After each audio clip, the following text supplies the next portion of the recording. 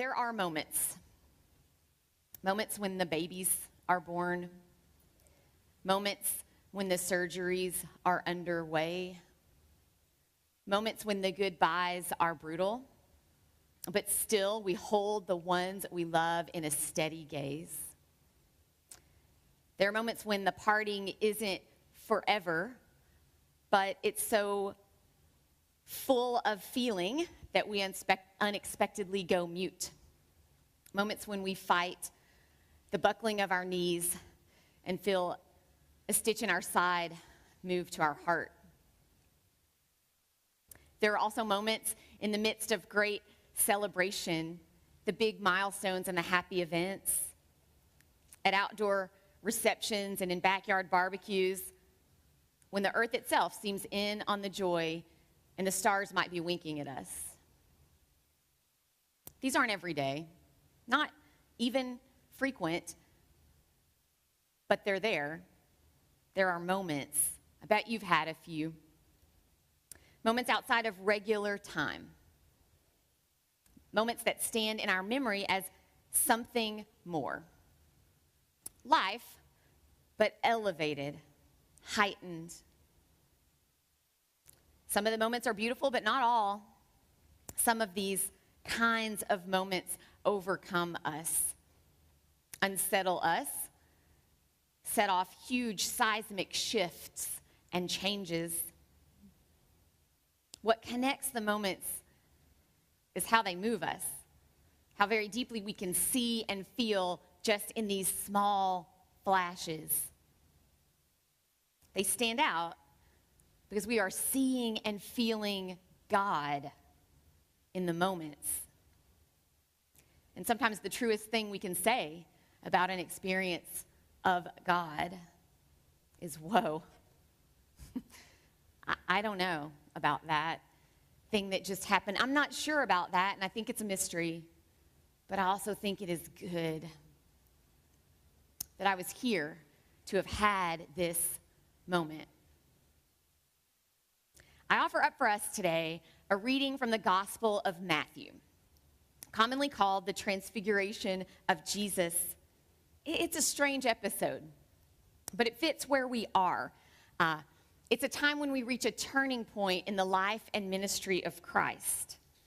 It's good for today because this turning point sets up the next period in the church calendar, which starts next week. Next week, we begin the time leading up to Easter and resurrection, which includes suffering and death, which we call Lent.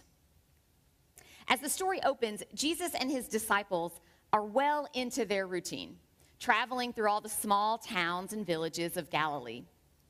They're healing, teaching. Jesus has performed plenty of one-to-one miracles, and a few really broad community ones too, like the feeding of the 5,000. He's walked on water. And just recently, for the first time, one of his own has professed in word, "You are the Messiah, the Son of the living God." And now something shifts. From this time on, Jesus is going to talk more and more about the end of his time with the disciples, about the end of his life. And his attention will focus more and more on that capital city of Jerusalem, the center of all opposition to his work. In fact, right before we open, Jesus has just told the disciples some of the suffering he'll need to experience in Jerusalem in pretty clear terms. Jesus was famously appalled.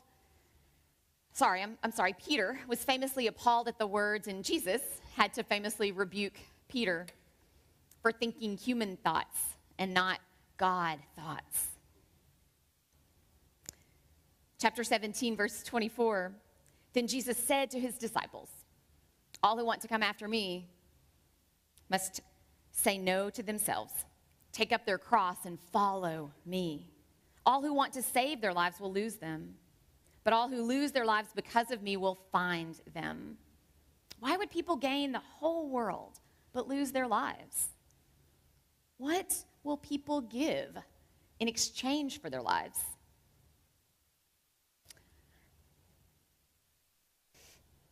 already mysterious words. Picking back up,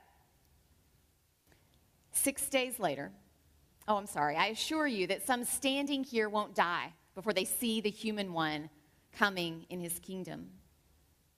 And just 6 days later, some did see that thing. Jesus took Peter, James, and John, his brother, and brought them to the top of a very high mountain. He was transformed in front of them. His face shone like the sun, and his clothes became as white as light. Moses and Elijah appeared to them, talking with Jesus. Peter reacted to all of this by saying to Jesus, "Lord, it is good that we're here. If you want, I'll make 3 shrines, one for you, one for Moses, and one for Elijah." While he was still speaking, a bright cloud overshadowed them. A voice from the cloud said, "This is my son, whom I dearly love," or "whom I have chosen. I am pleased with him. Listen to him." Hearing this, the disciples fell on their faces, filled with awe. But Jesus came and touched them. "Get up," he said. "Don't be afraid." And when they looked up, they saw no one except Jesus. Only Jesus. Presumably back to his ordinary-seeming human form. That must have been quite the scene. One, we can't really even process the way the disciples did. But I have sure tried to imagine this week. What did they think? What was happening here? 3 Gospels include this same story, and in another we get this detail. Peter, James, and John had just about fallen asleep. They were dozing off when they're jolted awake by this dazzling figure of Jesus standing in the middle of these 2 long-gone figures from the past. People our disciples never could have met, probably didn't have a great likeness of. I wonder how they recognized. It's a little unnerving overall. One gospel adds that Peter didn't know what he was saying. He was so afraid. Yet another, Peter was terrified. The Message paraphrase lets Peter babble a bit. "Master, this is a great moment. Oh, to be here. What would you think if I built 3 memorials here on this mountain? I'll build one for you and one for Elijah and one for Moses." Still, Peter likely did better than I would have under the circumstances. Maybe he was more culturally prepared. Each of these 3 men would have grown up on stories of the Old Testament, Moses and Elijah. Of course, there was no Old Testament at the time, just the stories of the people. In their collective memory were all these encounters with the divine. It was pretty familiar territory, and a lot of those encounters looked a lot like this. The particular way that Jesus was changed before them with a shining face and blazing white clothes. Well, that was kind of an acknowledged sign of divine power and presence in ancient times. That very same Moses talking to Jesus had come down from a different mountain years before, clutching 10 commandments and shining himself, shining from an encounter with God. Kings of empire were also portrayed at the time as glowing with power and authority. Portraits of the Caesars represent them shining like the sun as well. And still, this was not everyday life. 2 famous figures long gone from earth appear from nowhere and then sometime disappear. Peter babbles. James and John are struck silent. All 3 are overcome with awe. Jesus changes into some fuller form of God, and then he changes right back to go incognito. Jesus tells them on the way back down the mountain, "Do not speak of this." Certainly the opposite of what you'd expect in the other, more familiar kinds of glorious encounter. I say there's no way to make this story not seem a little strange. a little mysterious and hard to fully take in. And I don't even want to try. I don't want to reduce this one down to a tidy lesson or a takeaway for the day. Because I think that's at least part of its point. Real encounters with God do not reduce well. Experienced moments of glory don't become bumper stickers for a cause, catchy ad slogans, clever campaign phrases. They're hard to even talk about. When we notice the glory of God is right in front of us, we are taken out of regular life for just a moment, into time out of time. It's not like everything else because these moments are meant to stretch us beyond our imaginations, beyond our own experience. We lack the language for them. They're weird and difficult. They propel us out of the center of our own lives. I think it's also hard to talk about having some transformed or transfigured moment because even the smallest ones we've lived overwhelm us. They threaten to blind us.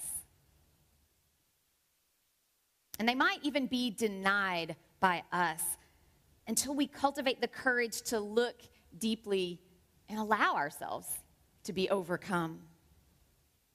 We walk around saying and thinking these things. We want God to be more of a direct, visible presence in our lives. I know I've heard, I wish God would speak to me. I wish God would give me a word in answer to my prayer.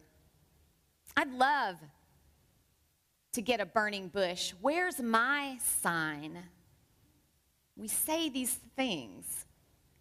We think these things, but I'm not sure any of us mean it. Do I mean it?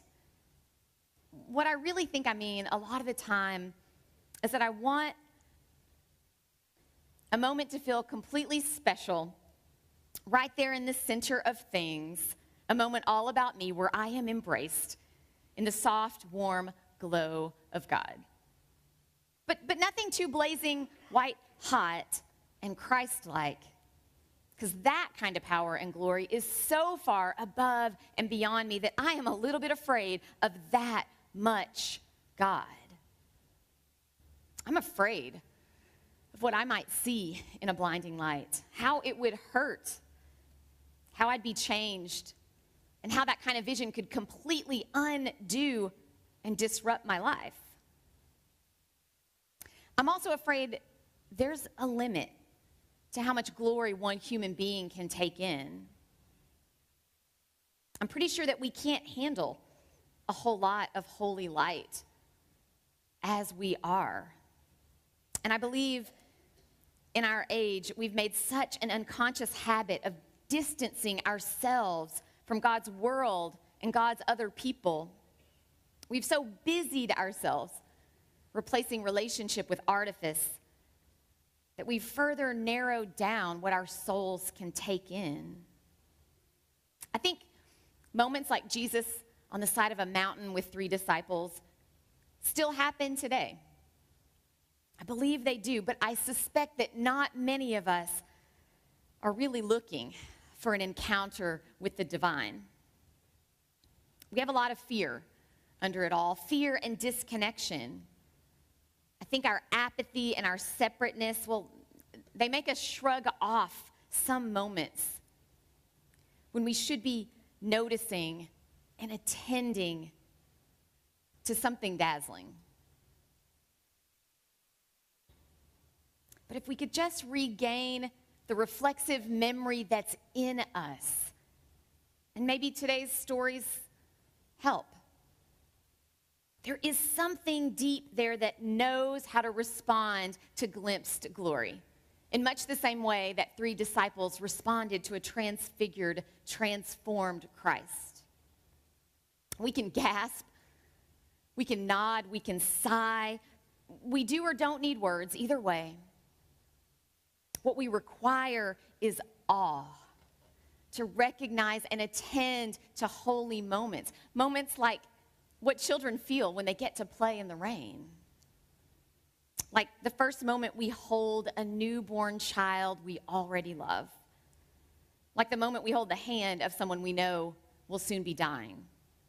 Like any given Sunday, when we glance across this room during communion and see two people we know and know to be good and lovely, who are sharing a cup and a plate, even though they don't know each other, even though they may be separated by generations in time.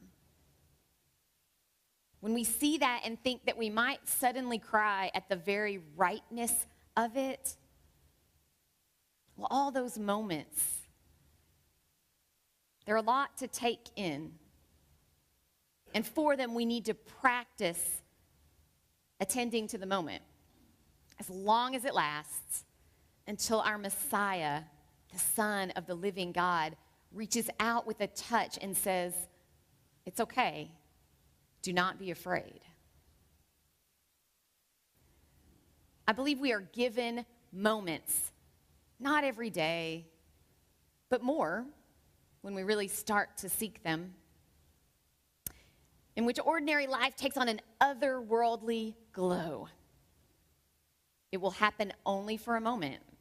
It may be in the middle of something beautiful or painful, but either way, no matter. The moments are never only about us. The moments aren't really about us. I believe these moments are God whom we get to see. God going about God's work in the world, always revealing more of God's self, ever expanding our capacity to notice, to look, to feel, to catch the divine in everything and everyone. God pushing out the limits of what we can perceive and what our souls can contain. The moments that flare up between any two individual people, burning into our memories, are Christ's glory revealed. The kind of glory that transforms an ordinary life in a mysterious way. The moments that we share in community that are most brilliant and dazzling are a peek behind a curtain at God's kingdom coming closer. God's kingdom here. And this last mystery I cannot dissect or explain, I can barely express, but I also believe that the time we spend in worship every Sunday is like a small transfiguration. It's a transformation of ordinary life, and I pray you into that experience if you haven't yet had it. I pray more of it for you if you've even once felt it. I ask our God that we may see more of something dazzling sometimes, that God might gift us with moments of sight beyond the ordinary, time out of time. I ask all that knowing how truly unworthy we are as people, knowing how church is imperfect, acknowledging how people hurt people, and that even today, still every day, church people hurt people whom God dearly loves. Still and all, I believe, more is at play in this world than we usually get to see or grasp. More than our flawed human answers and our best attempts at certainty. I believe that Jesus is working on all of us, on behalf of all of us, and in all of us, in all the moments. And there are so many moments to be had together. The invitation I hear in this story today is to take Transfiguration seriously. Not to figure it all out, but just to believe. To embrace Jesus' story and to be about Jesus' journey. It is good for us to be here. This is what I affirm and believe. It is good for us to be here, right here, in this moment. Amen.